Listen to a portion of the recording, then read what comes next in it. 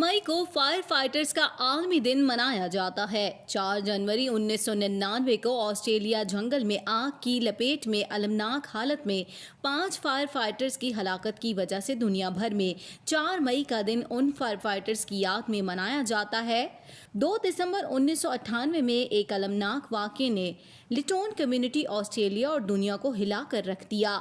Australia के शहर Victoria में आबादी वाले इलाके लिंगटन में ये फायर फाइटर्स एक बड़े जंगल में लगी आग पर काबू पाने के लिए आगे बढ़ रहे थे और इमदाद के तलबगार थे। उन 5 फायर फाइटर्स को जिलोंग वेस्ट फायर ब्रिगेड की जानिब से एक ट्रक में भेजा गया था। जब उन 5 ने हॉट जोन की तरफ जाना शुरू किया तो अचानक हवा ने अपनी समत बदल ली और ट्रक को आग की लपेट में ले लिया और देखते ही देखते 5 फायर फाइटर्स हलाक हो गए।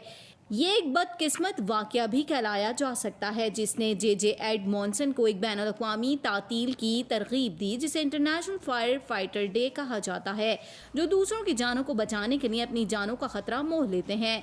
फायर फाइटर्स के आलमी दिन की अहम अलामत एक सुर्ख और नीले रंग का रिबन समझा जाता है, क्योंकि सुर्ख रंग आग या खतरा जबकि नीला रंग पानी की नुमाइंदगी करता है।